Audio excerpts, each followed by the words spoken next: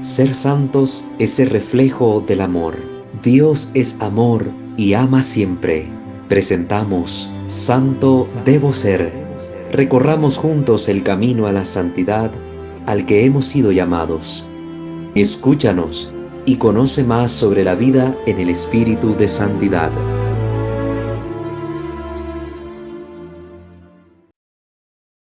Queridos hermanos, sean bienvenidos una vez más a este su espacio de formación en espiritualidad católica, Santo Debo Ser, que por la gracia de nuestro buen Dios llega a ustedes cada semana trayéndoles material siempre nuevo para permitirles acrecentar sus conocimientos y formarse mejor en este ámbito de nuestra fe cristiana. Les invitamos a suscribirse a este canal y a activar la campana de notificaciones para estar pendiente de todas nuestras publicaciones. De igual manera, queremos invitarles a conocer nuestros otros dos canales en el ámbito de la liturgia, nuestro canal Misterio de Fe, y en el ámbito de la formación doctrinal, nuestro canal Creo, Señor, Yo Creo. Pueden ustedes también seguirnos en Facebook. Aparecemos como @WalterFajardo20. Nos pueden escuchar también a través de Spotify e igualmente formar parte de nuestra comunidad tanto en Telegram como en WhatsApp. De igual manera, quien lo tenga a bien puede colaborar económicamente con esta comunidad a través de nuestros números de cuenta. Toda la información que les he mencionado aparece siempre en la descripción de cada uno de nuestros videos.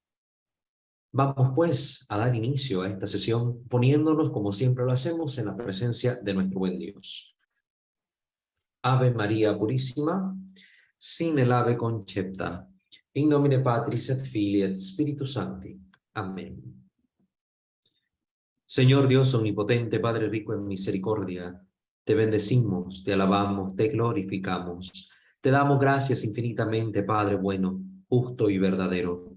En tus manos encomendamos nuestra vida, nuestro proceder, nuestra formación cristiana, que iluminados por la luz de tu Santo Espíritu podamos comprender todas las temáticas que aquí se nos presentan y aprovecharlas convenientemente para ponerlos al servicio de la comunidad, al servicio de los hermanos, para nuestro bien y sobre todo para bien de la comunidad cristiana.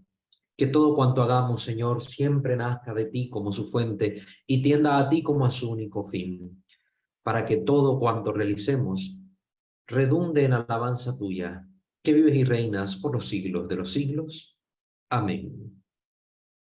Pater noster, qui es in celis, sanctificetur nomen tuum, adveniat regnum tuum, fiat voluntas tua, sicut in cielo et in terra.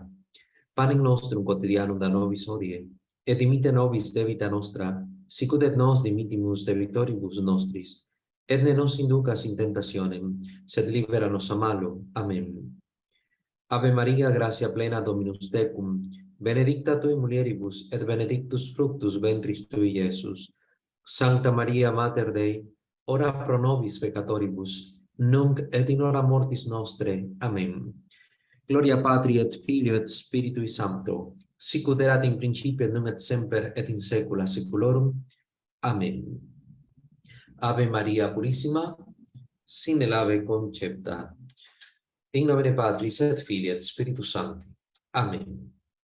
Muy bien, queridos hermanos, nuevamente bienvenidos al canal. Vamos a continuar el desarrollo de este contenido sobre el exorcismo. La sesión pasada hemos empezado a narrar el tema a partir de la experiencia muy particular del padre Gabriel Amor, este famoso exorcista de Roma fallecido hace algunos años atrás, y lo hicimos a la luz del contenido de su obra Narraciones de un exorcista. Miramos pues algunas recomendaciones que daba el padre Gabriel para los que van a ser exorcistas, para los nuevos sacerdotes que vayan a ejercer este ministerio, etcétera. Y lo escuchamos no porque ustedes vayan a ser ordenados, ordenadas, ¿verdad? Sacerdotes, sacerdotisas, no, sino para tener este conocimiento. Como miembros de la Iglesia Católica que somos, en la cual se ejerce este ministerio, es importante conocerlo, precisamente para ir desmitificando la imagen hollywoodense que tenemos de los exorcistas. Hay muchísimas películas sobre exorcismo y en cada una de ellas te presentan algunos datos, a veces acertados, a veces no lo son tanto, en sus películas. Una muy buena película es El Rito, ¿verdad? El Rito, pero aunque fuese muy buena, tiene algunas cuestiones que tal vez no son congruentes con la enseñanza católica sobre este ministerio. Y hay otras películas, ¿verdad? Como El Exorcismo del Séptimo Día, si no mal recuerdo, ese es el nombre de una de las películas, que presenta una visión del exorcista que totalmente es irreal, es inadecuada y que desfigura el rostro auténtico del exorcismo católico. Por eso es que estamos formándonos también para desmitificar todos estos contenidos de la cultura del horror del cine hollywoodense y para pues tener nosotros un conocimiento necesario sobre este sacramental que se realiza en nuestra iglesia, el exorcismo. Entonces contábamos las experiencias que ha tenido el padre Gabriel Amor. Ahora vamos a empezar, a la luz de lo que hemos visto la sesión pasada, a desarrollar un poco el contenido sobre la historia del exorcismo, cómo se ha dado esta historia y cómo se presenta también el exorcismo en otras religiones, cómo se practica y cómo se ha hecho a lo largo del tiempo. Para ello vamos a tomar ahorita dos fuentes inmediatas. Una, la Enciclopedia Católica, que siempre recomiendo y les dejo el enlace en la descripción del video. Y otra, vamos a tomar la obra del padre José Antonio Fortea, otro demonólogo, doctor en teología, que también hemos citado en el canal, su obra exorcística, cuestiones sobre el demonio, la posesión y el exorcismo. Entonces vamos a utilizar estos dos recursos para poder hablar de este tema. Sin más preámbulo, entremos entonces en la cuestión. El exorcismo como tal, es importante definir un poco para que vayamos entendiendo la cuestión. El exorcismo es el acto de echar o sacar demonios o espíritus malignos fuera de las personas, sitios u objetos que son supuestamente poseídos o plagados por los demonios, o que son susceptibles de llegar a ser víctimas o instrumentos de la malicia de estos espíritus. El acto de usar los medios para este propósito, especialmente la solemne y autoritaria represión del demonio, en el nombre de Dios o cualquier superior al cual él es sujeto, ¿verdad? Esas son las definiciones que tenemos de exorcismo. Expulsar, sacar a los demonios, o el acto de usar unos medios adecuados para que, invocando a Dios, se expulse pues al demonio. La palabra no es en sí bíblica, ¿verdad? Si nosotros vamos a la Sagrada Escritura, no vamos a encontrar el término como tal, exorcismo. Sin embargo, no olvidemos que no necesariamente una palabra tiene que aparecer en la Biblia para ser verdad lo que ella significa, ¿no? Hay muchas palabras que la Iglesia ha creado con el fin de expresar verdades teológicas que están en la Sagrada Escritura, como el misterio de la Santísima Trinidad, es un ejemplo de esto. La palabra Trinidad como tal no aparece en la Biblia. Sin embargo, todo el contenido del misterio expresado en la palabra Santísima Trinidad, en las palabras Santísima Trinidad, sí que está en la Escritura, sí que está en la Escritura. Y ya cuando la Iglesia dogmatiza esta verdad, utiliza estos términos, para expresar la fe en el Dios que nosotros creemos, el Dios trinitario, tres personas distintas, un solo Dios único y verdadero, Padre, Hijo y Espíritu Santo. Pues así sucede con el exorcismo. La palabra exorcismo como tal no va a aparecer en la Escritura. Sin embargo, lo que esto significa, lo que se quiere decir con esta palabra, sí que aparece como contenido de los textos sagrados. Este término viene de la palabra griega exorquizo, que es usada en la traducción griega, por ejemplo, de Génesis 24, versículo 3, que en este sentido en Génesis significa provocar a jurar, ¿verdad? Hacer un juramento. También la encontramos en el primer libro de Reyes, capítulo 22, versículo 16, donde esta palabra significa ordenar como tal, ¿verdad? Ordenar. Entonces, en el Antiguo Testamento no aparece el término exorcizo como tal, ¿verdad? En hebreo, pero sí que aparece el término griego con estas connotaciones cuando se traduce el texto. También en el Nuevo Testamento, en Mateo 26, versículo 63, aparece por el sumo sacerdote contra Cristo.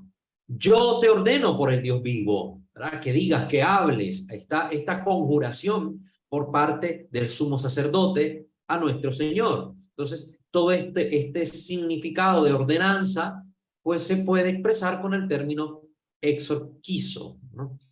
La palabra exorquizo y el sustantivo exorquistes aparecen también en los Hechos de los Apóstoles, capítulo 19, versículo 13, donde el último,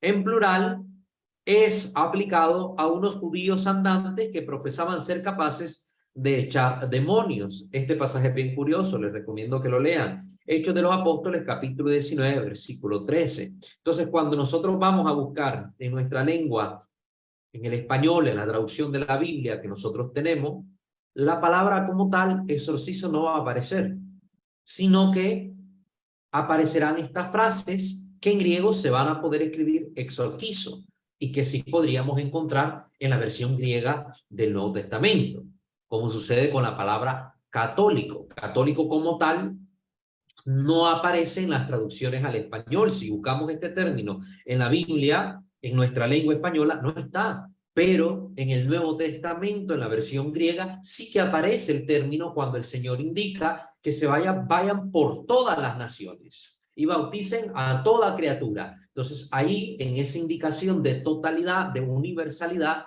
pues el término sí que aparece en la escritura, en la versión griega. Entonces, esto para que lo tengamos claro. Entonces, el término exorcizo no aparece en la Biblia en nuestra traducción al español, pero sí que lo que significa el término exorcizo aparece en griego en la versión griega de la Escritura, tanto del Antiguo como del Nuevo Testamento. Esto para que tengamos claridad.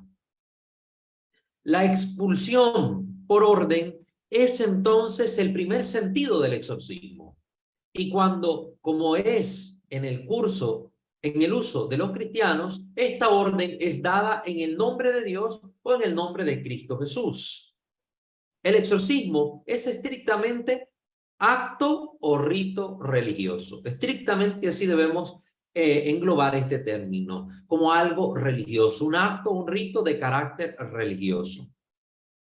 Más en las religiones étnicas y aún entre los judíos, desde el tiempo en que hay evidencia de haber sido popular, el exorcismo, que es un acto de religión, es ampliamente sustituido por el uso de medios supersticiosos o mágicos, a lo cual los escritores no católicos muchas veces en estos tiempos asimilan el exorcismo cristiano. Entonces, autores no católicos quieren presentar a semejanza del exorcismo católico sus ritos propios, que tienen más un carácter, un matiz de superstición, porque usan elementos materiales consagrados a sus divinidades, consagrados a Dios, pero con un fin supersticioso o con un fin que malentiende la naturaleza de los ángeles, como si la naturaleza angélica fuera más material que espiritual. Y esto lo vamos a ir comprendiendo a medida que hagamos este estudio.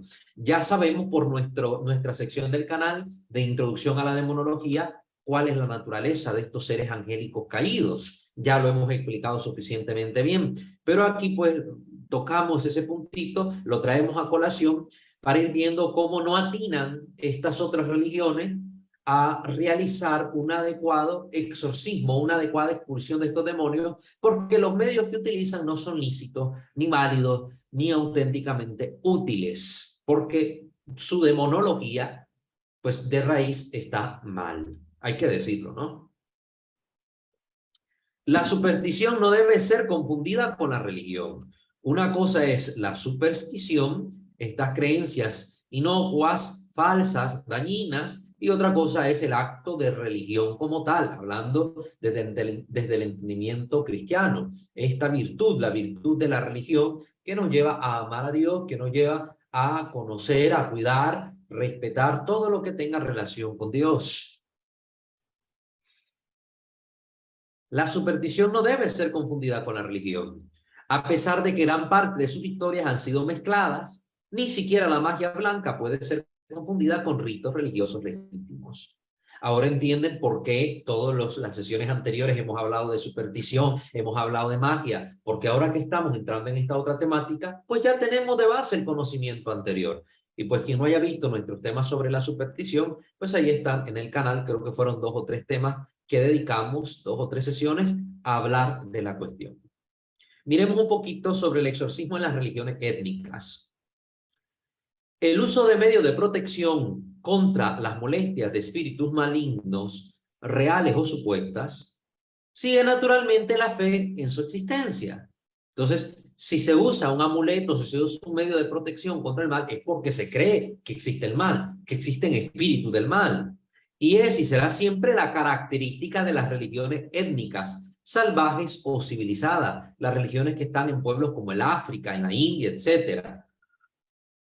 Solo 2 de las religiones de la antigüedad, la egipcia y la babilónica, caben en este renglón que vamos a tocar para ver cómo ellos utilizaban sobre todo este aspecto de buscar una protección o alejamiento de los demonios.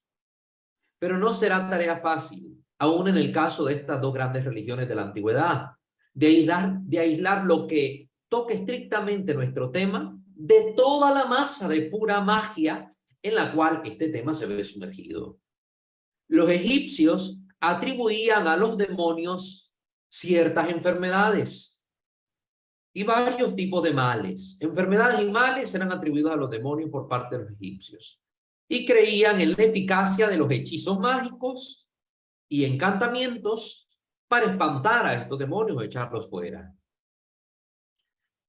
Por ejemplo, el muerto en especial necesitaba en la cultura egipcia ser fortalecido por la magia para que pudiera hacer con seguridad su último viaje hacia el mundo del más allá. Por eso es que en las tumbas egipcias vemos tantas inscripciones, tantas referencias a los dioses, tantos amuletos puestos sobre los sarcófagos, porque tenían toda esta mentalidad mágica donde era necesaria esta protección de las divinidades para poder hacer adecuadamente este paso al más allá.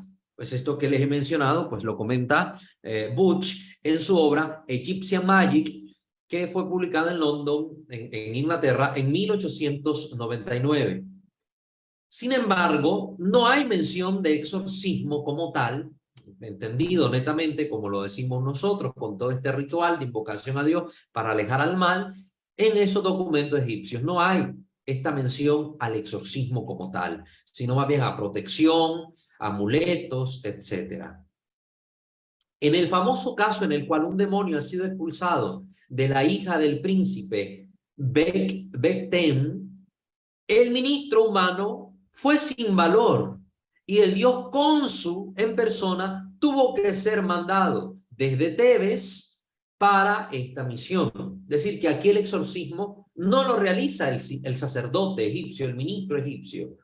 El sacerdote lo que hace es invocar a una divinidad y esta divinidad se presenta en el lugar, ¿verdad? Se presenta espiritualmente en el lugar y es la divinidad la que se va a encargar de expulsar al demonio.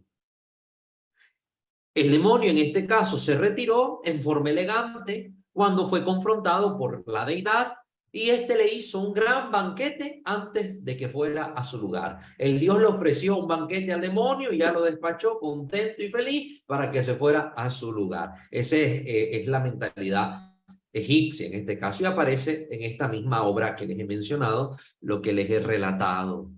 La magia de los babilonios, ahora por otro lado, la magia de los babilonios se mezclaba ampliamente con la medicina. Ciertas enfermedades eran consideradas como el efecto de posesiones demoníacas y el exorcismo era considerado como la más fácil y si no la única forma de curarla. Entonces se miraban en los males que aquejaban, que achacaban al cuerpo de las personas, pues se miraba una acción espiritual demoníaca. Entonces las conjuraciones en cuanto al exorcismo tenían más un fin medicinal, curativo. Eran recitaciones, plegarias de oraciones que tenían por fin curar a la persona que era aquejada por alguna enfermedad.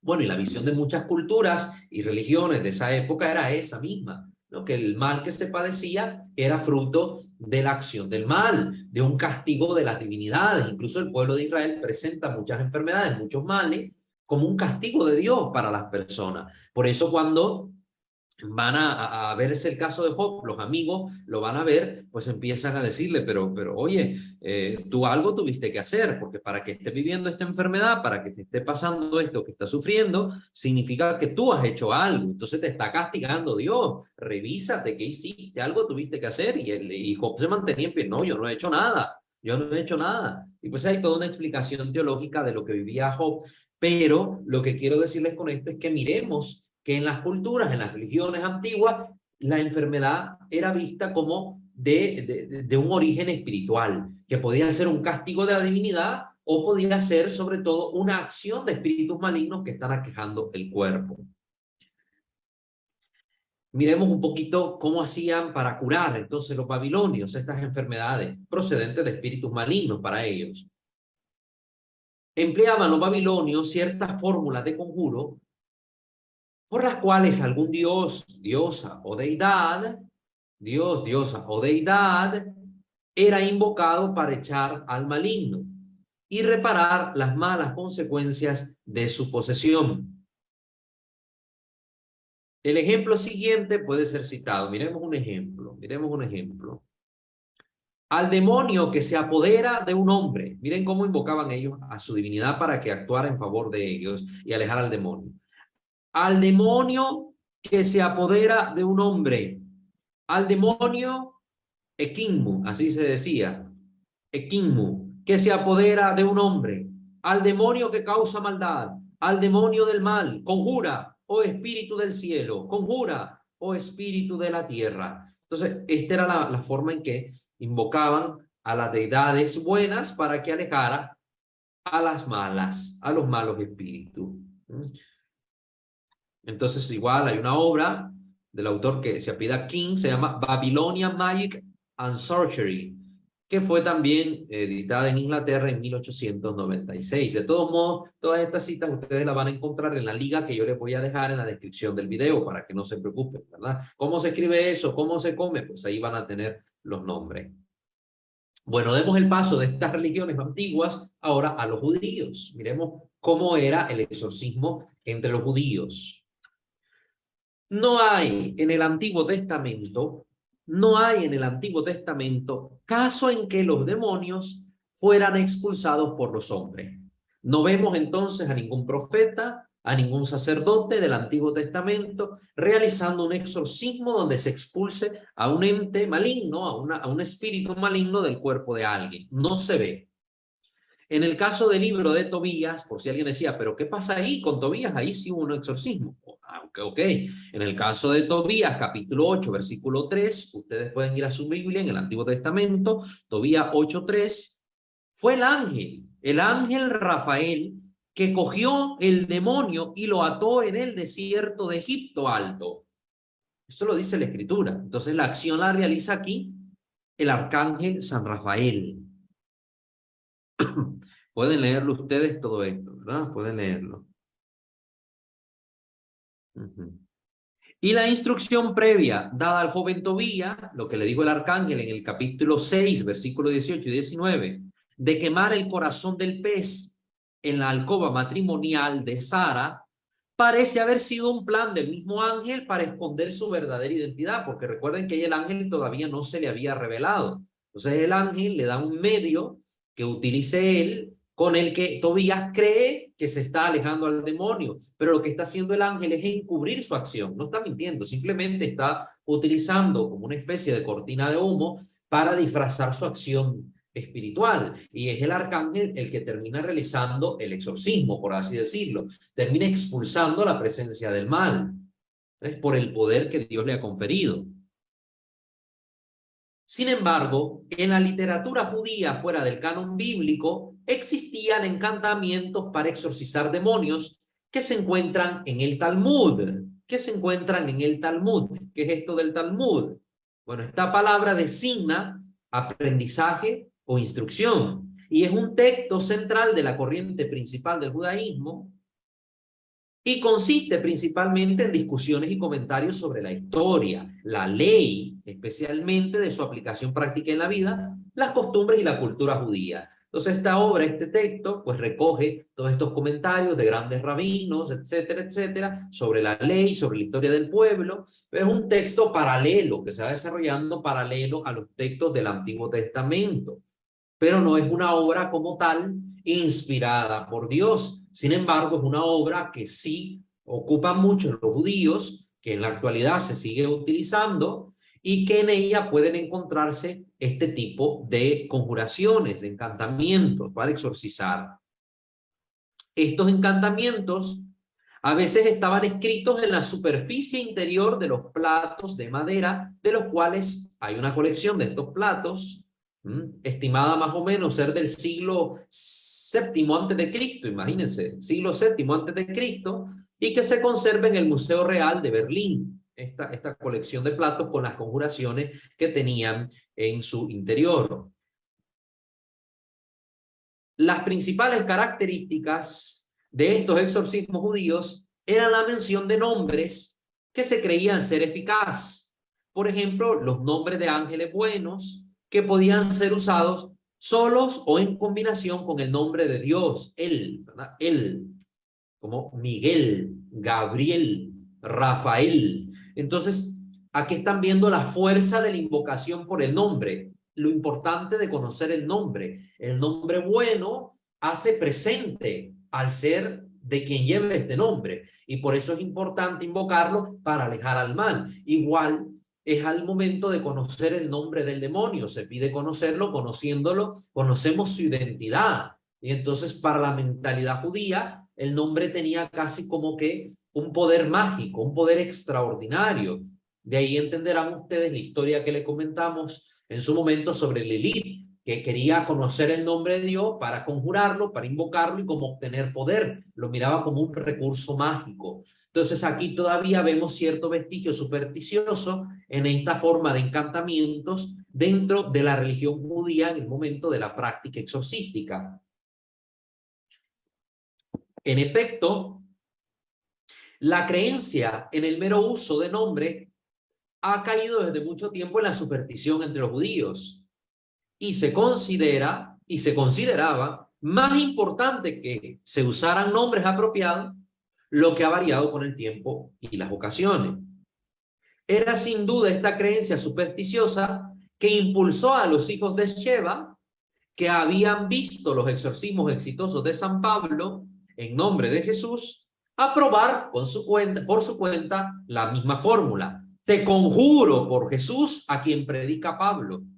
Y esto le resultó en un desastre para ellos. Recordarán ustedes, esto está en el libro de Hechos de los Apóstoles, capítulo 19, versículo 13. Ahí van a encontrar esta historia, donde estos hijos del sacerdote quisieron hacer lo mismo que Pablo, porque la mentalidad de ellos era supersticiosa. Creían que el nombre de Jesús tenía como alguna fuerza mágica y si ellos lo usaban, pues iban a lograr hacer el exorcismo. Entonces, no es que estos hombres tuvieran fe en Jesús, querían probar si podían hacer lo mismo que Pablo, pero no tenían fe en Jesús, como el caso de otro hombre, como lo vamos a leer, que sí tenía fe en Jesús y invocaba a Jesús para hacer los exorcismos, para expulsar a los demonios, pero creía en Jesús y en el mensaje de Jesús. Estos hombres, los hijos del sacerdote Sheba, no creían en Jesús como tal, sino que tenían una mentalidad mágica sobre el nombre de Jesús. Ojo con estas mentalidades, porque han trascendido hasta nuestra época y en nuestra iglesia, sobre todo viniendo de corrientes protestantes. Y aunque sabemos que ante el nombre de Jesús se dobla toda rodilla en los cielos, en la tierra y en todo lugar, pero usamos el nombre de Jesús adecuadamente, lo invocamos con fe y con fuerza, pero no con esta mentalidad supersticiosa.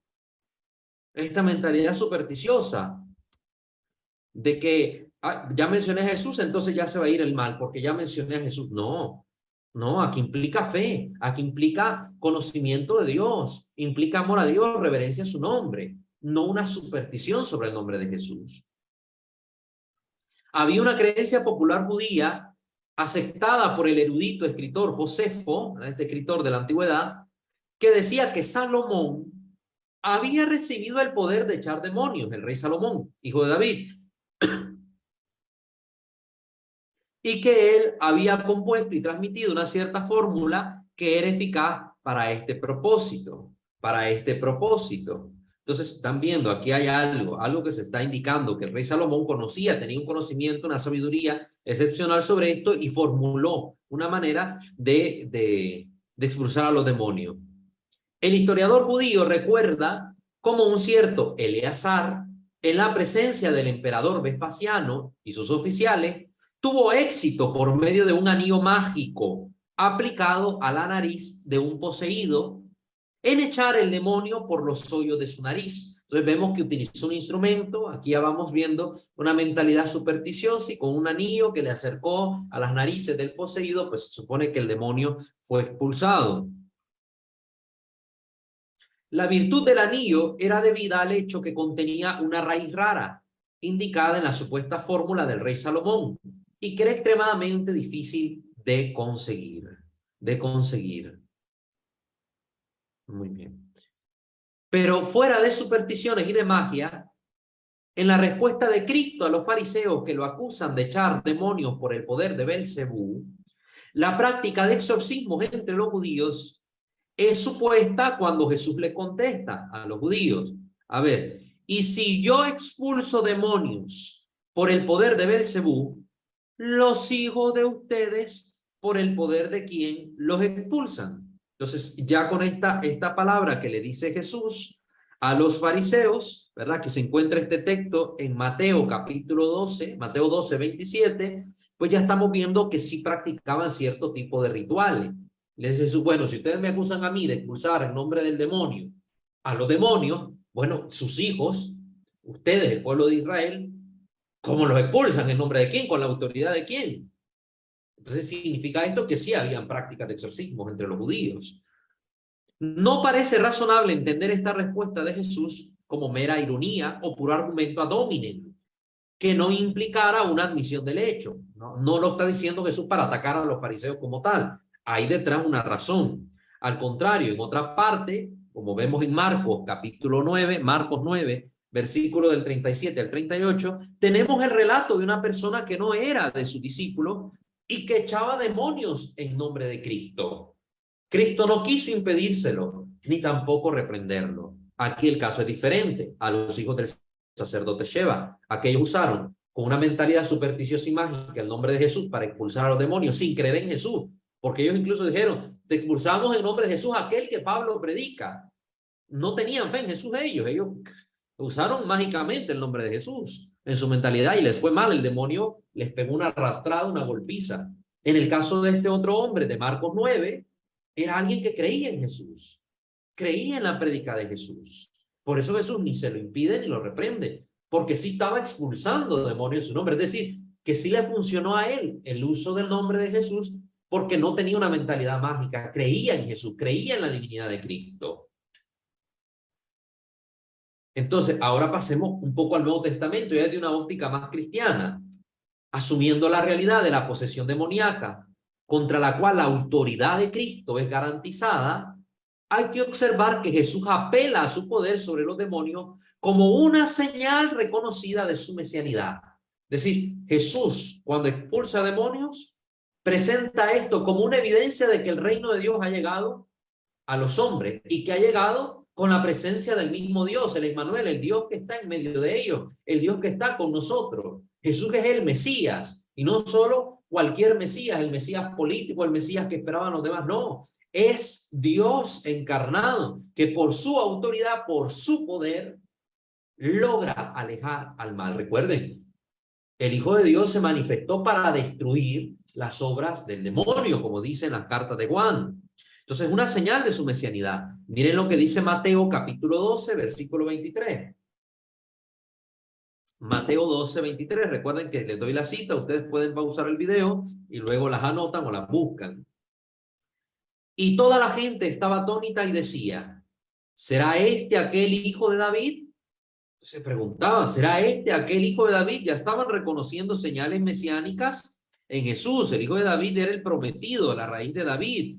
Recuerden la profecía de la Virgen que dará luz y tendrá un hijo y le pondrá por nombre Emmanuel. Esa Virgen dará luz al Mesías, al Emmanuel. El libro de Isaías 7:14.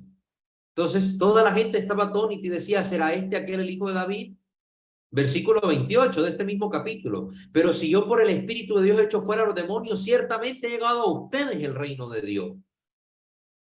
Ha llegado a ustedes el reino de Dios.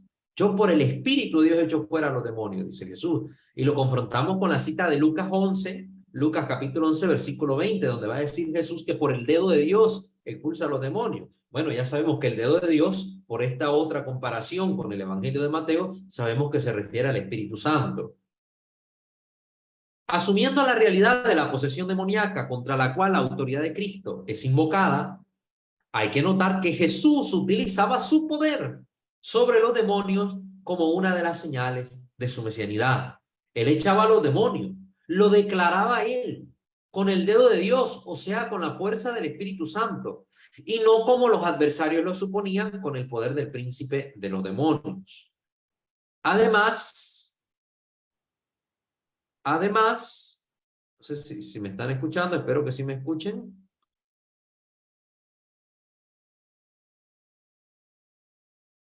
Además, mostraba que no ejercitaba un mero poder delegado,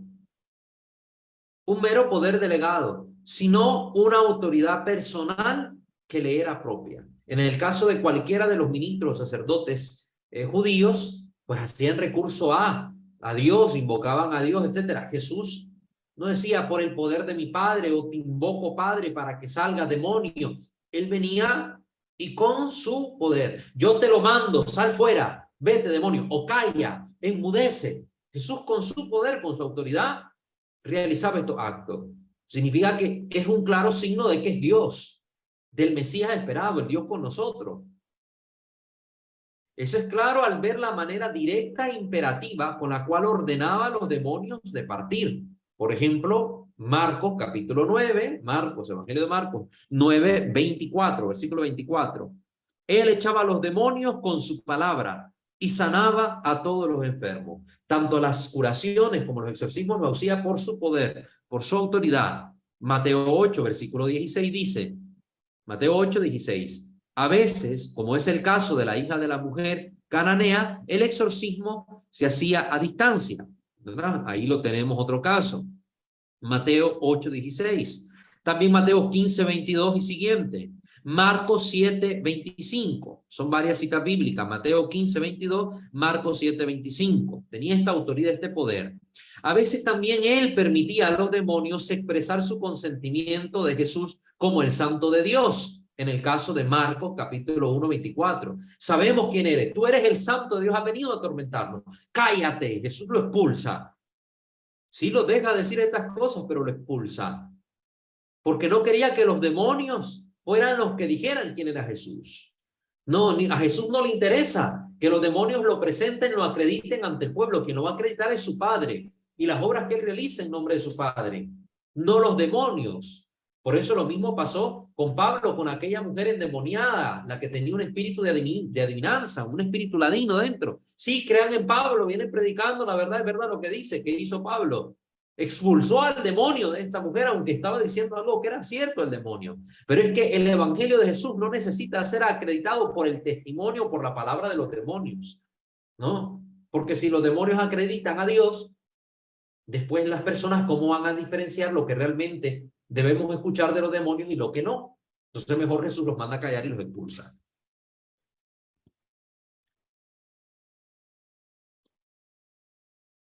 Ajá.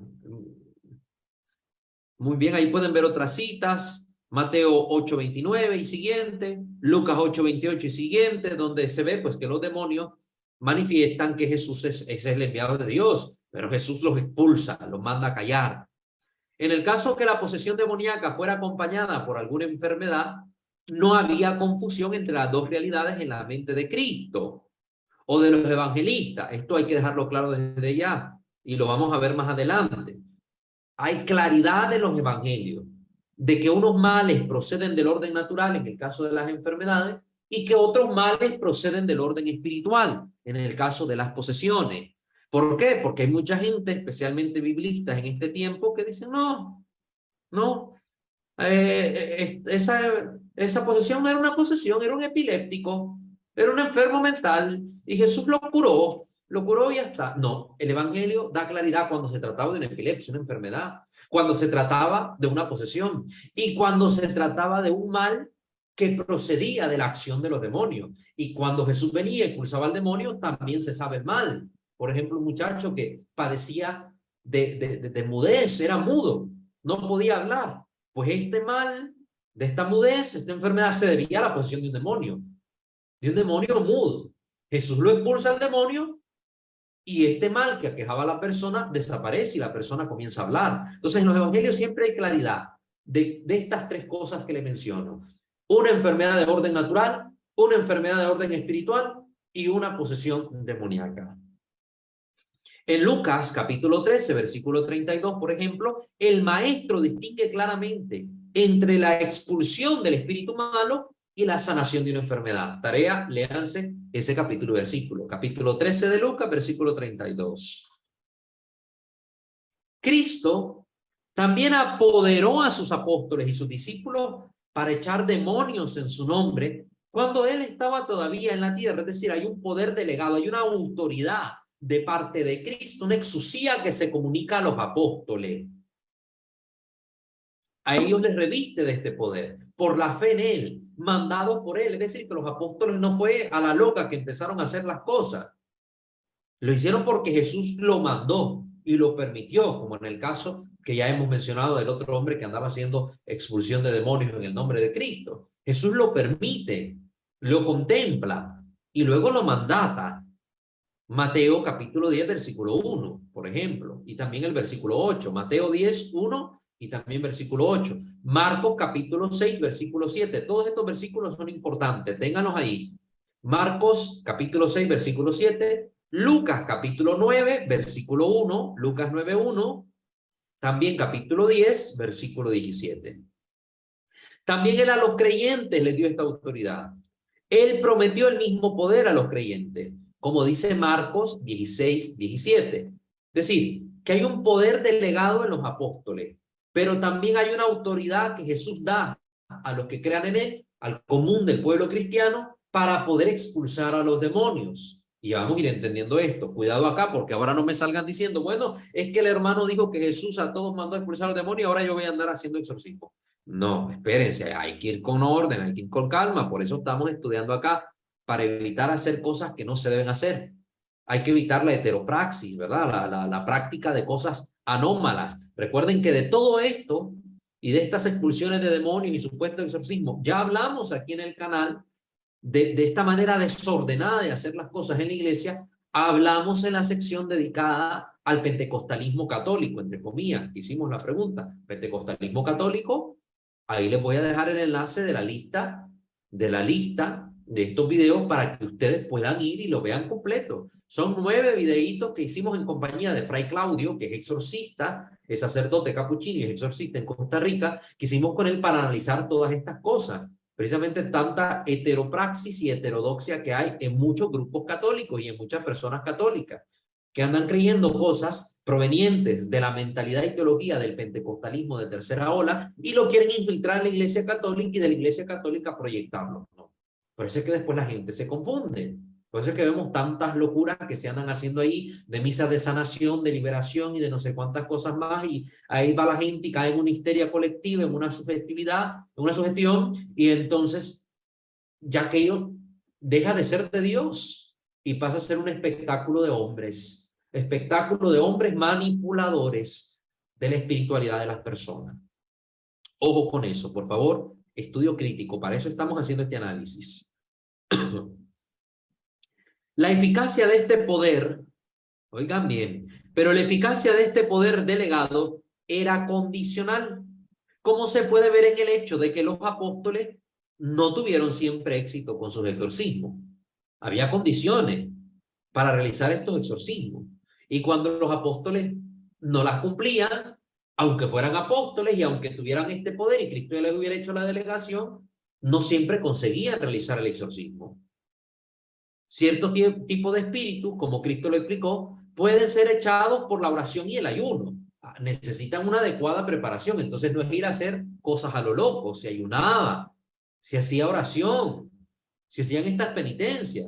Vean ustedes, el caso está en Mateo capítulo 16, versículo 15 y versículo 20. Pueden leérselo del corrido, del 15 al 20. Mateo 17, 15 al 20. También Marcos, Evangelio de Marcos, capítulo 9, versículos del 27 al 28. Y Lucas, capítulo 9, versículo 40. Recuerden que estamos presentando estos versículos así para que ustedes los puedan contemplar en los tres evangelios sinópticos. Estos tres evangelios que tienen muchísimos elementos en común. Entonces, para que ustedes vayan viendo estas diferencias, estos pequeños matices, pero todos relatan lo mismo. En otras palabras, el éxito del exorcismo por los cristianos en nombre de Cristo es sujeto a las mismas condiciones de las cuales la eficacia de la oración y el uso del poder carismático dependen. Cuando decimos poder carismático nos referimos a este don de Dios. El exorcismo es un poder carismático, es decir, es un carisma de Dios para la iglesia en este sentido, ¿verdad? En este sentido, es un don de Dios que podamos expulsar a los demonios. Hay que entenderlo así, ¿verdad? Y el exorcismo como tal, en la práctica actual, pues ese es un rito, ¿verdad? Es un sacramental. Pero aquí estamos hablando de la parte bíblica. No se entienda carismático como una acción únicamente de la renovación carismática católica. Recuerden que el término carismático ya lo hemos explicado una y mil veces en este canal hasta el cansancio para evitar confusiones y errores. Sin embargo, un éxito manifiesto ha sido prometido, ¿verdad? Jesús promete, hay estas condiciones, pero Jesús nos asegura el éxito en la expulsión, en la obra de alejar al demonio. Esto lo vemos en Marcos 16, versículo 17. Ahí está ese éxito garantizado por parte de Jesús a sus discípulos. Marcos 16, 17.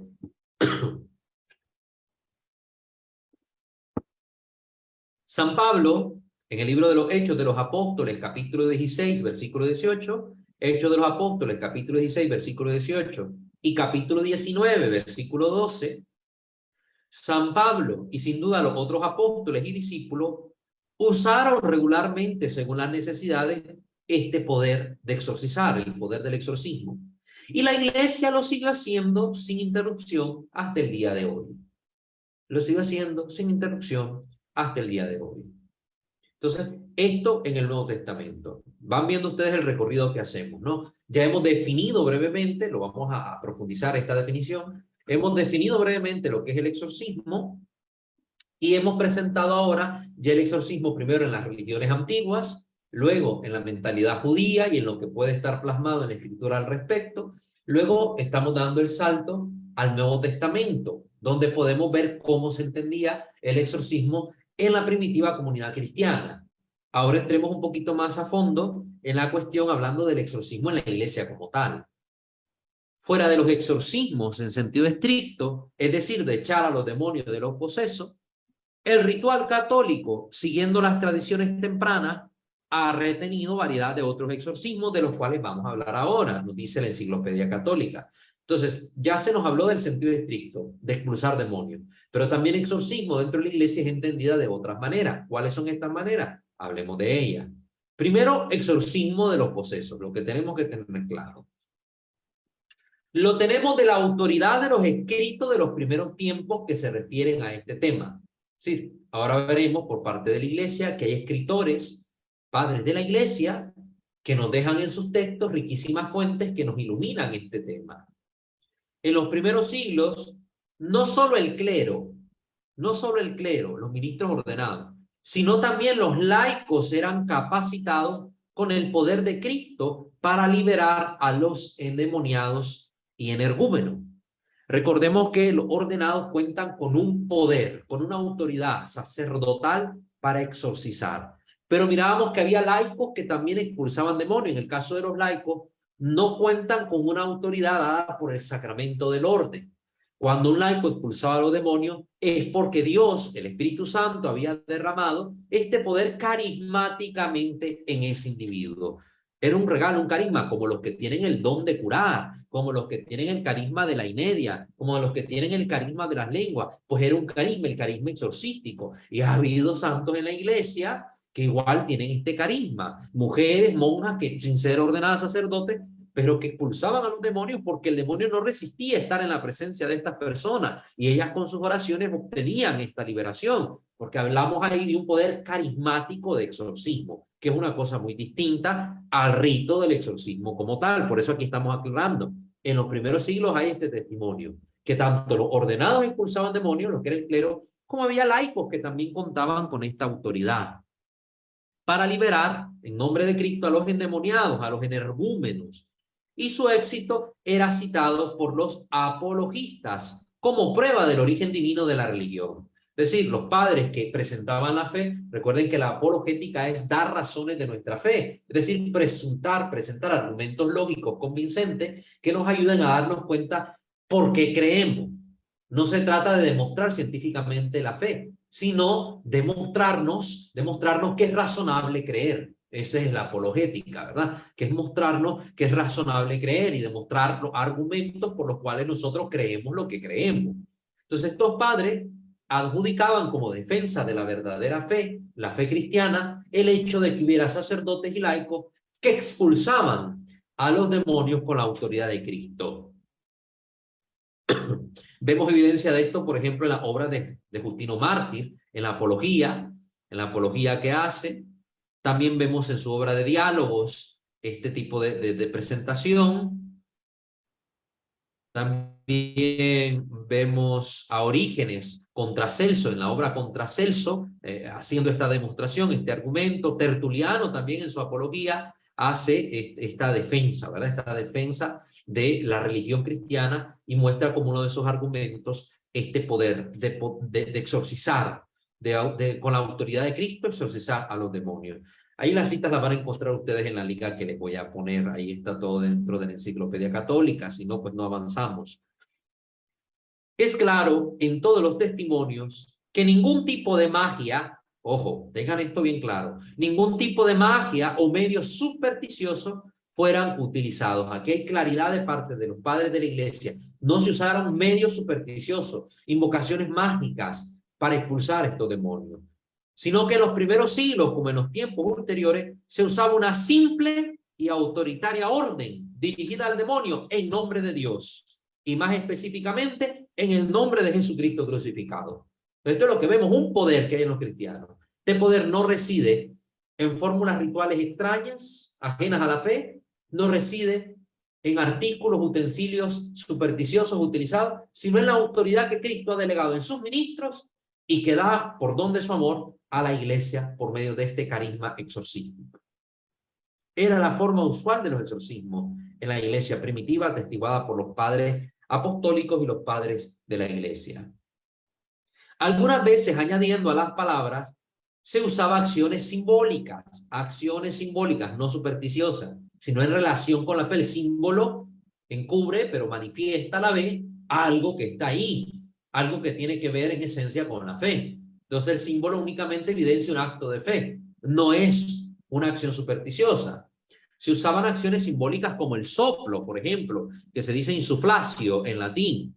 El soplo, que recuerda al Espíritu Santo, ese soplo de vida que aparece en Génesis, ese soplo de vida para los huesos secos que representa la acción del Espíritu Santo, ese soplo grande, ruidoso que se escuchó en la casa donde estaban reunidos los apóstoles en el cenáculo, orando el día de Pentecostés. Otro signo simbólico, la imposición de las manos, que proyecta una sombra, como ya lo hemos explicado en el canal de Misterio de Fe sobre los gestos, que proyecta una sombra sobre la persona, y esa sombra recuerda a la sombra del Espíritu Santo, por la cual concibió María, esa sombra también que se miraba en la tienda, en la Shekinah de Dios, del pueblo de Israel. Entonces la sombra que proyecta las manos sobre la persona es símbolo del Espíritu Santo, o también haciendo la señal de la cruz sobre el poseso o enfrente de él o directamente en alguna parte de su cuerpo. Estos eran los símbolos y las acciones que utilizaban los cristianos en la iglesia primitiva junto a la invocación del nombre de Cristo y el mandato, el comando directo, ¿verdad? La conjuración. Yo te conjuro, espíritu del mal, vete en el nombre de Jesús. San Justino mártir, este filósofo y mártir, dice que los demonios vuelan con el toque del soplo de los cristianos. Esto lo dice en su apología, en su segunda apología. Como de una llama que los quemara. Añade San Cirilo de Jerusalén en su catequesis 20, ¿verdad? En su catequesis 20, las famosas catequesis bautismales. Entonces, este es el testimonio que dan los padres apostólicos. Orígenes, padre de la iglesia, menciona la imposición de manos. Y San Ambrosio, este otro padre, San Ambrosio, el obispo que logró la conversión de Agustín de Hipona por acción de Dios, San Efrén el Sirio y otros usaban estas ceremonias en los exorcismos, la imposición de manos. Entonces ya vemos que hay una atestiguación, un testimonio de parte de los padres apostólicos y los padres de la iglesia. Los padres apostólicos son los que están más cerca de los apóstoles, que atestiguan con sus escritos cuál es la praxis que se hacía en los exorcismos. Y en la autoridad de estos padres se funda que esta práctica continuará a lo largo de los siglos, porque son signos bíblicos los que utiliza la iglesia. La señal de la cruz, esta corta y simple forma de expresar su fe en el crucificado, invocando su divino poder, es alabada por muchos padres de la iglesia por su eficacia contra todo tipo de molestia demoníaca. Ante el signo de la cruz huyen los demonios. Por eso el demonio ya hace todo lo imposible para quitar las cruces de las plazas, para quitar las cruces de los colegios, de los hospitales, de todos lados, porque la cruz le molesta, porque es un signo que lo repele, porque es el signo de la victoria de Cristo sobre el pecado, sobre el demonio, sobre la muerte. Por tanto, para el demonio es el signo evidentísimo del amor de Dios, que significa su derrota para él, su derrota. Hay varios ahí padres que testimonian esto: Lactancio, Atanasio, Basilio, Cirilo de Jerusalén, Gregorio Nacianceno. Todos estos padres en su obra atestiguan el poder de la cruz. Los padres recomendaban que la orden y las oraciones que la acompañaban fueran tomadas de la fuente de la Sagrada Escritura. Entonces los exorcismos era utilizando textos de la Biblia, como lo manda San Cirilo de Jerusalén, San Atanasio también, en sus obras. El rito presente de exorcismo usado por la Iglesia está en perfecta concordancia con la enseñanza de los padres y es prueba de la continuidad de la tradición católica en esta materia. Entonces aquí vemos la evidencia, cómo se aplicó lo que aparecía en el Nuevo Testamento, este poder que Dios dejó a su iglesia, a sus apóstoles y discípulos, cómo se practicó en la iglesia primitiva y a lo largo de los siglos, y simplemente el exorcismo se fue desarrollando en base a esto. Es lo que vemos, lo que seguimos viendo: imposición de manos, señal de la cruz, etcétera, etcétera, etcétera. También otra manera de entender el exorcismo dentro de la Iglesia Católica es el exorcismo bautismal. El exorcismo bautismal. Desde el comienzo de la Iglesia se ha introducido la práctica de hacer un exorcismo a los catecúmenos como preparación al sacramento del bautismo. Recuerden, catecúmeno viene de categeo, el que escucha, y eran aquellos que, atendiendo a la prédica de los padres de la Iglesia, se convertían y querían ser cristianos y comenzaban un camino de preparación para bautizarse y entrar a la Iglesia como miembros del cuerpo místico de Cristo. Eso eran los catecúmenos. Este exorcismo sobre los catecúmenos no quería decir que todos los catecúmenos eran considerados obsesos endemoniados. Más de algunos se lo estaría por las prácticas paganas de sus religiones anteriores. Pero este exorcismo indicaba que podían haber sido sujetos por la presencia del demonio, la presencia del pecado original y de los pecados personales en los adultos, a la influencia del demonio a cuyas maniobras eran invitados a renunciar. Entonces el exorcismo para ellos era una invitación a renunciar al demonio, a cuya influencia podían estar expuestas por sus pecados y por las prácticas de sus religiones paganas, y de las cuales iban a ser liberados por la gracia del sacramento del bautismo recibido en la Pascua. El exorcismo en este caso es una anticipación simbólica de uno de los efectos principales del sacramento de la regeneración, que es la liberación de la cautividad de parte del demonio a los hombres. Entonces, lo primero, el exorcismo es anticipación simbólica de lo que va a venir después, un anticipo. Y además, como era usado en el caso de los niños que no tenían pecados personales, San Agustín podía apelar a él contra los pelagianos como argumento acerca de la doctrina del pecado original, al que estos se oponían, ¿verdad? Los pelagianos consideraban que la salvación se daba por propia fuerza, no por la gracia de Dios. Yo con mi fuerza, yo soy el que me voy a salvar. Y al final de cuentas es la gracia de Cristo la que me salva.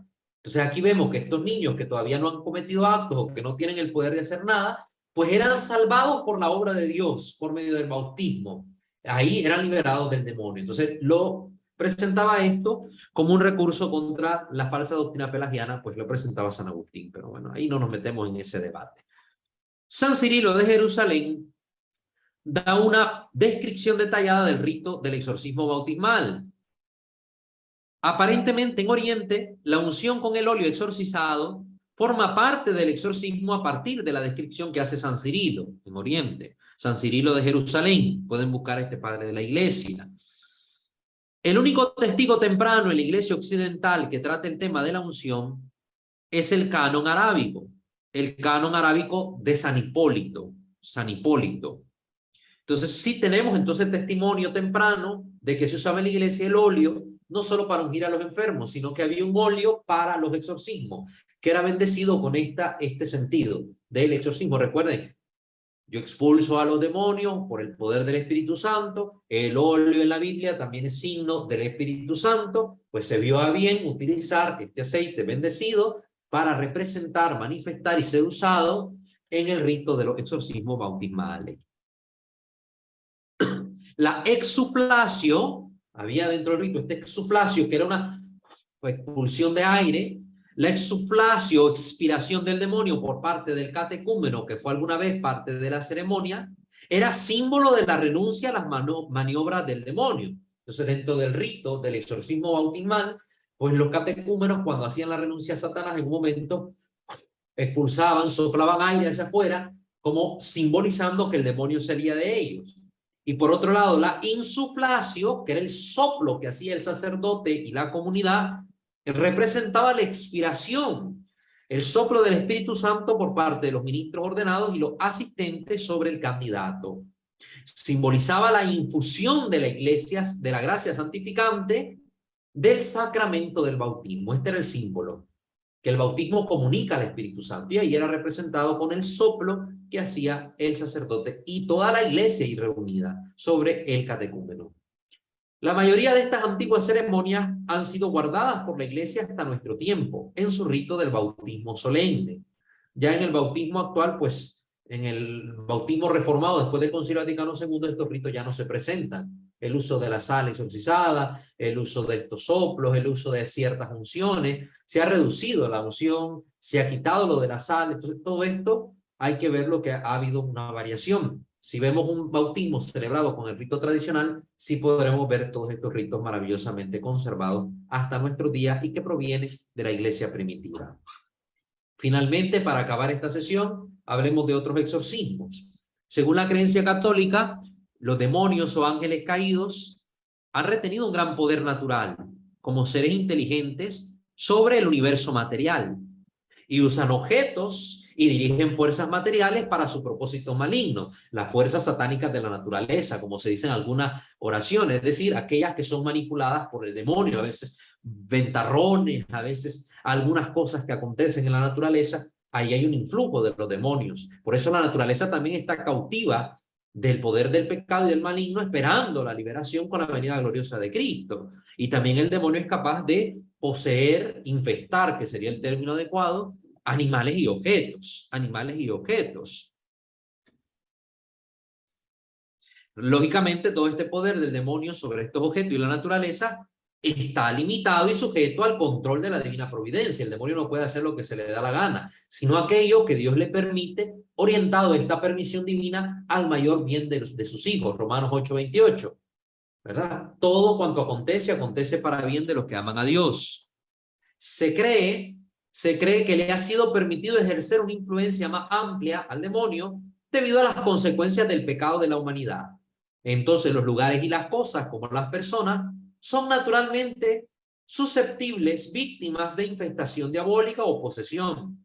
dentro del límite permitido por Dios. Y el exorcismo en este caso no es más que una oración a Dios en nombre de su iglesia para que sea restringido ese poder diabólico en forma sobrenatural. Y una profesión de fe en la voluntad de aquel, de Dios, que quiere manifestar pues su favor a sus siervos en la tierra.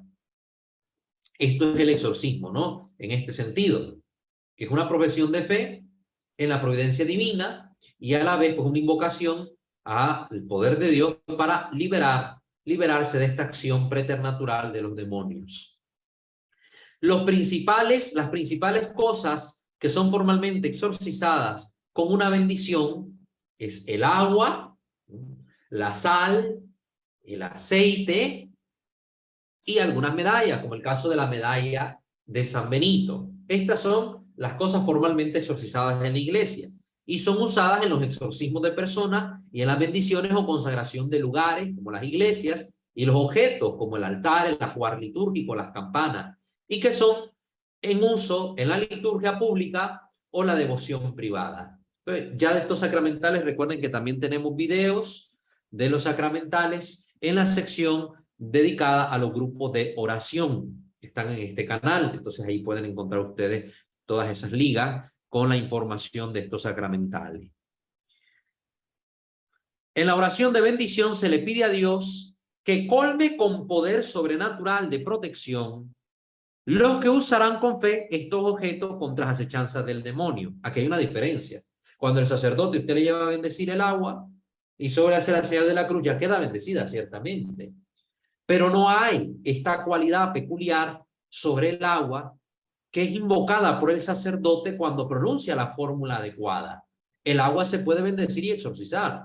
Entonces, el agua bendita sí tiene la acción eficaz de traernos bendiciones de Dios, pero cuando ha sido preparada por el sacerdote con esta fórmula exorcística, tiene la cualidad también, una cualidad más eficaz de alejar la acechanza del demonio sobre los fieles. Por eso es importante pedir el rito completo, con tiempo, y que el sacerdote lo quiera hacer. Recuerden que nuestros videos sobre estos sacramentales del agua, el aceite, la sal, las medallas, les hemos puesto en la descripción de los videos las fórmulas de bendición para que usted, si va a ir a bendecir esto, pues se las pueda llevar al sacerdote y el sacerdote simplemente tiene que leer estas oraciones y hacer lo que dice ahí. Este tipo de exorcismo indirecto por medio de objetos exorcizados es una extensión de la idea original, alejar al poder del mal, pero no introduce nada nuevo y ha sido usado en la iglesia desde los tiempos más remotos. Y con eso concluye pues este artículo de la Enciclopedia Católica, que creo que pues fue bastante provechoso, amplio y dándonos algunos matices que podemos considerar. La próxima sesión vamos a hablar un poco más del tema de este desarrollo histórico, pero desde este autor, el padre José Antonio Fortea. Ya hoy no dio tiempo, como ustedes vieron. A mí me pareció que era poquito texto, pero se extendió bastante por las explicaciones y ya no dio chance de poder entrar a esta obra, pero creo que igual nos llevaremos una sesión analizando lo que dice aquí el padre Fortea en su obra exorcística, para que la vayan buscando, la pueden descargar gratuitamente en PDF desde el internet. Ustedes la buscan así, ¿verdad? Creo que así Prensa la ha puesto la obra del padre Fortea para su descarga gratuita. Exorcística, cuestiones sobre el demonio, la posesión y el exorcismo. Muy bien, es todo de mi parte para esta sesión. Recuerden, ustedes se pueden suscribir a este canal, Santo de Vocería, y activar la campana de notificaciones. Visiten nuestros otros dos canales, Misterio de Fe y Creo Señor Yo Creo. Síganos en nuestra fanpage en Facebook, @WalterFajardo20. Escúchenos a través de Spotify. Únanse a nuestra comunidad de Telegram y de WhatsApp. Y también pueden ustedes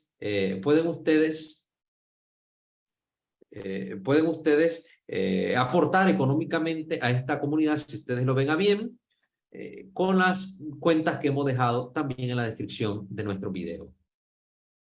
Muy bien, damos ahora la oportunidad a ustedes de poder participar. ¿Verdad? Si alguno quiere comentar algo, está en YouTube viéndonos en vivo, en la caja de comentarios escribe sus saludos, sus preguntas, sus interrogantes, y los que estén en vivo participando en Zoom pueden activar sus micrófonos para hablar. Nos dicen su nombre y de dónde nos hablan. Con su nombre y el país, con eso es suficiente. Entonces, les escuchamos. No sé, hermana Naivi, te damos la palabra. Si hay algún comentario en YouTube al que le podamos dar lectura. Sí, de Torres, que Dios Todopoderoso lo bendiga siempre desde Nicaragua. Muchísimas gracias, que Dios también te bendiga a ti y qué bueno desde nuestra patria, ¿verdad? De donde soy originario, pues desde ahí, pues ustedes nos están viendo desde Nicaragua, que el Señor derrame abundantes bendiciones, sobre todo fortalezca a la iglesia perseguida de nuestra patria, ¿verdad? Con todo lo que hemos estado viendo, encarcelación de obispos, sacerdotes, seminaristas, laicos, prohibición de procesiones, persecución en los templos, pues ciertamente la situación es crítica. Ya hemos hecho un video también en nuestro canal, en este canal Santo de Ser, denunciando la situación. Si ustedes lo quieren ver, pues aquí lo encuentran, ¿verdad? Hablando sobre la persecución política o la persecución religiosa en Nicaragua. De todos modos, también les voy a dejar la liga en la descripción del video para que ustedes puedan verlo. Muy bien, gracias. No sé si hay algún otro. Sí, María de los Ángeles Flores, gracias hermano Walter, Dios lo bendiga. Amén, hermana María de los Ángeles. Y también a usted, que el Señor la bendiga. Gracias por ser de las fieles seguidoras del canal, que siempre está pendiente de todo lo que vamos pues colocando acá, informando acá, para que usted pues se siga nutriendo con estos contenidos y pueda servir a su comunidad. Muy bien, no sé si hay algún otro. Daniel Emanuel Andrade, Ricardo, saludos hermano Walter, de Arturo de Tampico.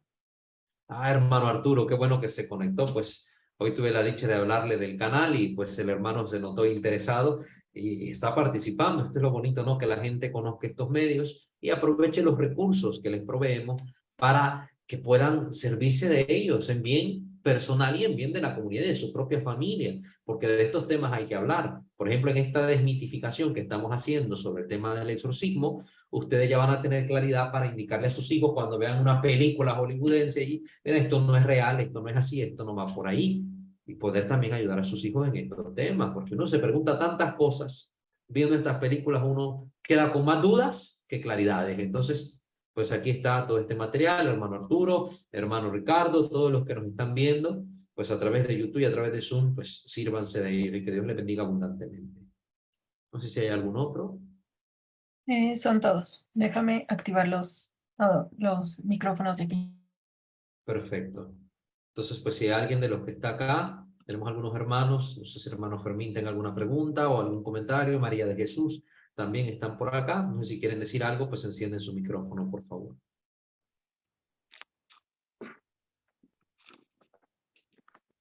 Sí, buenas noches a todos. Buenas noches, hermano Walter. ¿Qué Buenas tal? noches, hermano ¿Cómo estás? Fermín.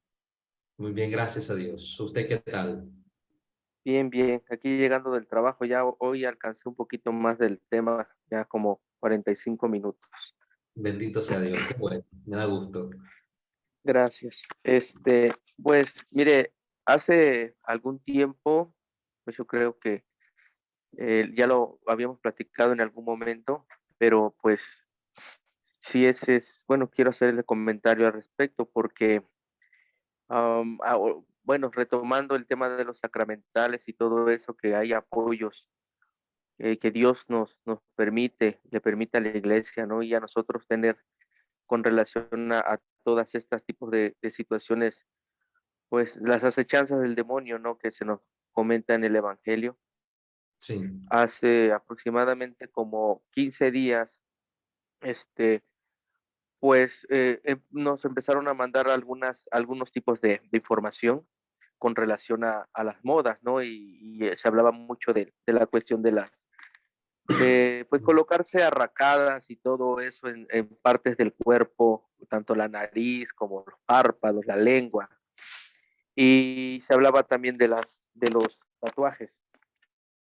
Entonces, pues una señora se acercó enfrente de todos a preguntarle al sacerdote en cuestión después de la misa con relación a lo que comenta, pues a lo que comentó en su momento el padre Gabriel, ¿no? Entonces, ella pues preocupada porque pues su esposo, perdón, sus hijas y sus nietas están en esa cuestión de los tatuajes y pues cada vez se ponen, bueno, empezaron con uno y ahorita con otro y al rato con otro, ya, Sí. esa era la preocupación de la señora. Entonces ella le preguntó al sacerdote qué opinaba con relación a esto de que el padre Gabriel Amor había dicho, y él comentó, bueno, no le haga tanto caso, así fueron sus palabras, ¿no? O sea, como haciendo que, pues no le hiciera tanto caso lo que decía el padre Gabriel Amor, porque ella comentaba que pues en una entrevista él comentó que el mismo demonio lo afirmó, que la persona que se tatúa, así sea lo que sea y por la situación que sea, tajantemente dijo que se consagraba al demonio. Entonces, ¿qué opinaba el padre sobre esto? Y dijo este sacerdote, pues no le haga tanto caso. A ver, ¿de qué le puede hablar él si es el tema que más maneja? Pues todo lo interpretamos como si hubiese comentado, pues es fanático, o sea, ¿qué quiere que le diga? ¿Qué quiere que él diga en las entrevistas o cuando le Muy preguntan o bien. cuando él tenga que decir algo semejante a esto? Pues pues prácticamente así lo entendimos, ¿no? Pues es fanático, o sea, no te puede hablar de otra cosa, se va a ir a los extremos siempre, ¿no? Entonces, pues sí nos sacó mucho de onda esta parte, hermano. Sí. Hay que tener cuidado a veces cómo expresamos las cosas, ¿verdad? Yo a veces también soy un poco crudo y directo en las cosas que digo. Sin embargo, trato de decirlas con claridad y dar razones de por qué digo lo que digo. No solo voy a dar un criterio ad hominem, ¿verdad? Y decir, no, es que es fanático y ya lo ataco, ¿verdad? No. Entonces, hay que tener en cuenta lo siguiente. Sobre los tatuajes, no hay una dogmatización por parte de la iglesia que diga es malo o es bueno. No hay. Mientras no haya una pronunciación oficial del magisterio al respecto que te diga es totalmente malo o es totalmente bueno, no podemos nosotros tener como un argumento que respalde los por qué de nuestra acción o decisión respecto a los tatuajes. Si hay comentario del Papa, comentario de obispos, comentario de testimonios de satanistas, de exorcistas sobre el tema, y es una cuestión debatida. Primero hay que entender algo.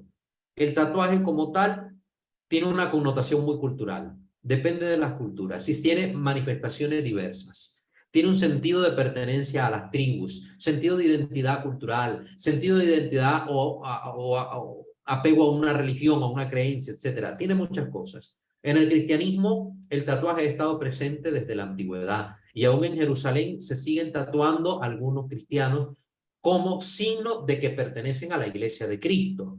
Hay tatuajes que servían de marca para identificar a los cristianos en tiempos de persecución, identificarse entre ellos. Entonces, esto hay que entenderlo. Los judíos no se tatuaban porque el tatuaje conocido por parte de los judíos respecto a las religiones circundantes, si podemos apagar el micrófono, por favor, respecto a las religiones circundantes, era una mentalidad pagana. Entonces se tatuaban con un sentido pagano, religioso, idolátrico. Por eso en la Biblia prohíbe el tatuarse por los muertos, hablando de esa práctica estricta. Sin embargo, el tatuaje como tal se entendía como una marca permanente y connotaba grandes significados. Por eso aparece en la Biblia que Dios tiene tatuado nuestro nombre en la palma de su mano, como un signo de pertenencia, como algo que no se va a borrar, que no se va a quitar. Ahora bien, en los tiempos modernos el tatuaje ha adquirido más una connotación de moda y de arte. Entonces se ha agarrado el cuerpo como que fuera un pizarrón y llenarlo de muchas imágenes. El tatuaje como forma de arte es muy bonito, es atractivo. Claro que sí, y a los jóvenes le llama la atención.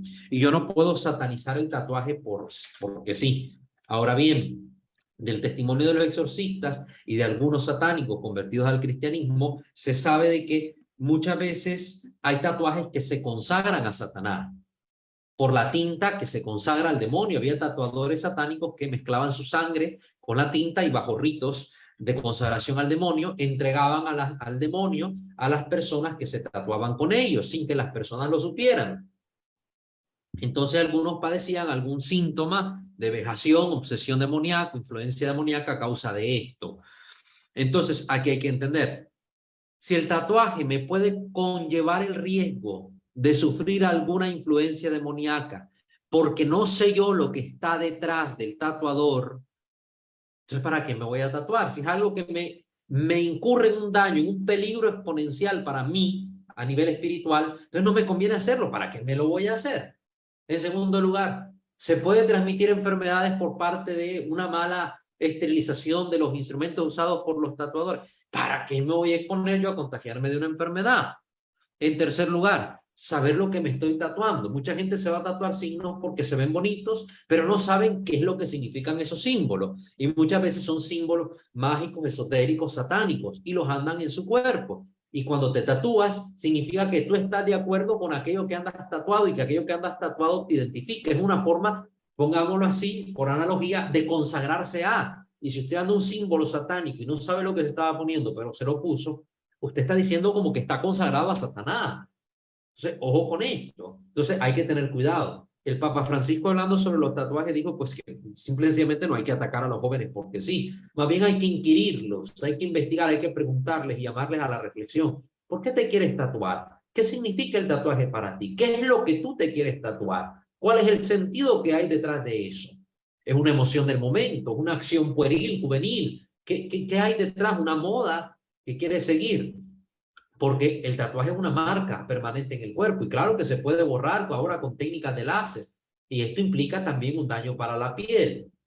Entonces, ¿por qué lo quieres hacer? Es la pregunta que el Papa invitaba a hacer a los jóvenes, que se cuestionaran ellos mismos sobre esto. Sin embargo, el Papa no satanizó el tatuaje como tal, no dijo, sí, está mal y debe prohibirse. Llama una reflexión porque nuestra mentalidad cristiana en la teología del cuerpo es que nuestro cuerpo es sagrado, yo soy cuerpo, y lo que yo presento delante de los demás es mi cuerpo que me presenta a mí en toda mi identidad del ser, y que por tanto merece respeto, y merece el respeto por parte de mí mismo en primer lugar, valorando la dignidad de mi cuerpo, y sabiendo que desde la Escritura mi cuerpo es templo vivo del Espíritu Santo. Es como que yo fuera a rayar las paredes de la basílica, del templo. ¿Por qué las voy a rayar? ¿Cuál es el sentido de esa marca que yo voy a poner? ¿Es una pintura artística que refleja la fe o es simple y sencillamente el rayón que voy a hacer por un gusto de moda actual?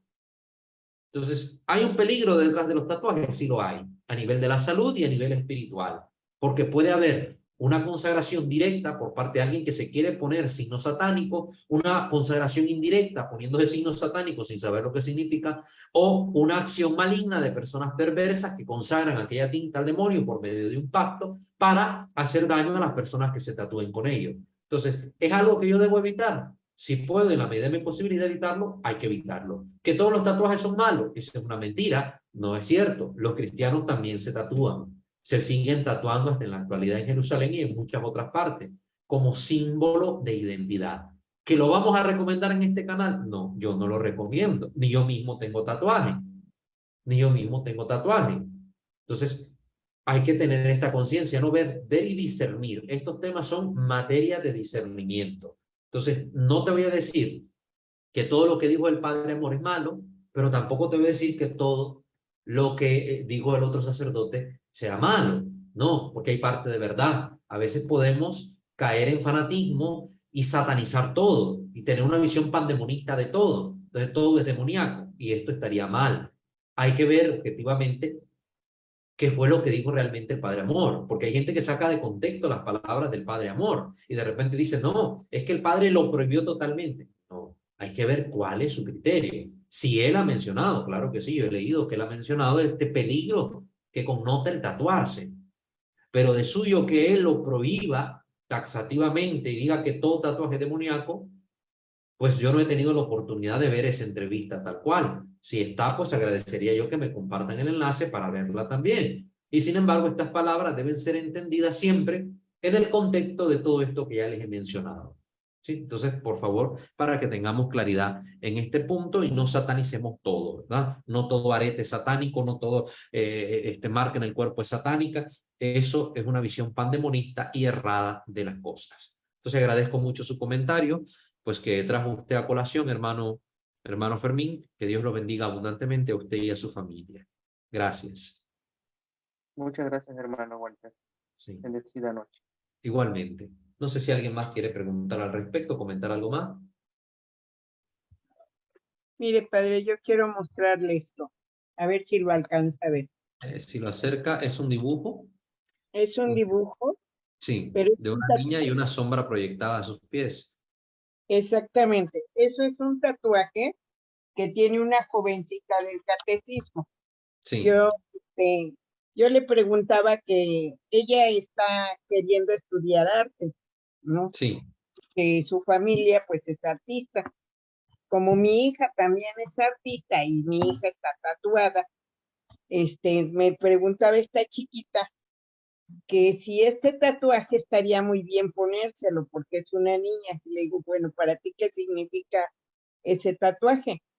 Dice que es un pequeño libro que su papá le comentaba que la niña tenía miedo y que la chiquita muchas veces en sus pesadillas veía a ese personaje que está a sus pies. sí. Entonces, que ella le causaba mucho miedo, pero que el papá le decía, no le debes de tener miedo, tienes que aprender a enfrentar tus miedos. Dice, pero es que puede estar debajo de mi cama. No, no hay nada debajo de tu cama. Y eso, pues solamente es algo. Mira, yo te voy a enseñar que los miedos son cosas, son sentimientos que se pueden controlar. Entonces, el papá dibujó esto en ese libro y entonces a la niña le gustó y dice, yo me voy a tatuar eso para perder los miedos, ¿no? Entonces, Sí. pues si la niña tenía miedo hacia algo así, entonces, ¿cómo es que se le ocurre al papá que la niña se tatúe eso, ¿no? Eso no podría entrar también en que también en ocasiones el diablo puede engañar. El diablo es el maestro del engaño, recordemos eso. Sin embargo, aquí todo el sentido que le da la niña a este dibujo no tiene que ver ni con espíritus malignos, ni con el demonio, ni con nada de fe incluso, sino con un aspecto más psicológico y personal que responde a los temores que ella misma sufre y ha proyectado esos temores que quiere vencer en esta imagen que le hizo su papá, donde el dibujo en sí mismo se convierte para ella en un mensaje de papá muy importante. Entonces, más bien con ella debería llegarse a un diálogo, explicarle esto y tratar de ver que no es necesario que se tatúe esto para vencer sus miedos y que no necesita esta imagen para ser como un signo que refuerce su valentía para vencer sus propios temores. Al contrario, que recordando más bien en su memoria esta imagen, sin necesidad de verla físicamente, pues ella sepa que el valor realmente reside en ella. Y desde la fe como cristianos, leyendo la carta a los Corintios, le podemos decir que el Señor nos ha dado espíritu de valentía, no de cobardía, y que desde esa valentía nosotros podemos vencer cualquier obstáculo que se nos presente en nuestra vida, que más bien la cruz que ella ya se hace en la frente o puede portar en su cuello, ya es un símbolo muy grande ella del valor y del amor de Dios, porque el valor del cristiano también procede del amor, y Cristo nos ha mostrado de manera increíble su amor a través del signo de la cruz. Entonces, que ella ya ha sido tatuada por Dios en su bautismo. Cuando el sacerdote la recibió en la puerta de la iglesia y puso la cruz en su frente. Entonces, habría que tratar de disuadirla, de marcarse con esto su vida, pues presentándole razones y motivos convincentes desde la fe y desde la parte humana que le ayuden a ella a vencer sus miedos sin necesidad de este dibujo. Entonces, se podría ir más por ese camino. Es lo que le recomiendo. Olvidé comentarle, padre, que yo también esto se lo comenté a mi hija.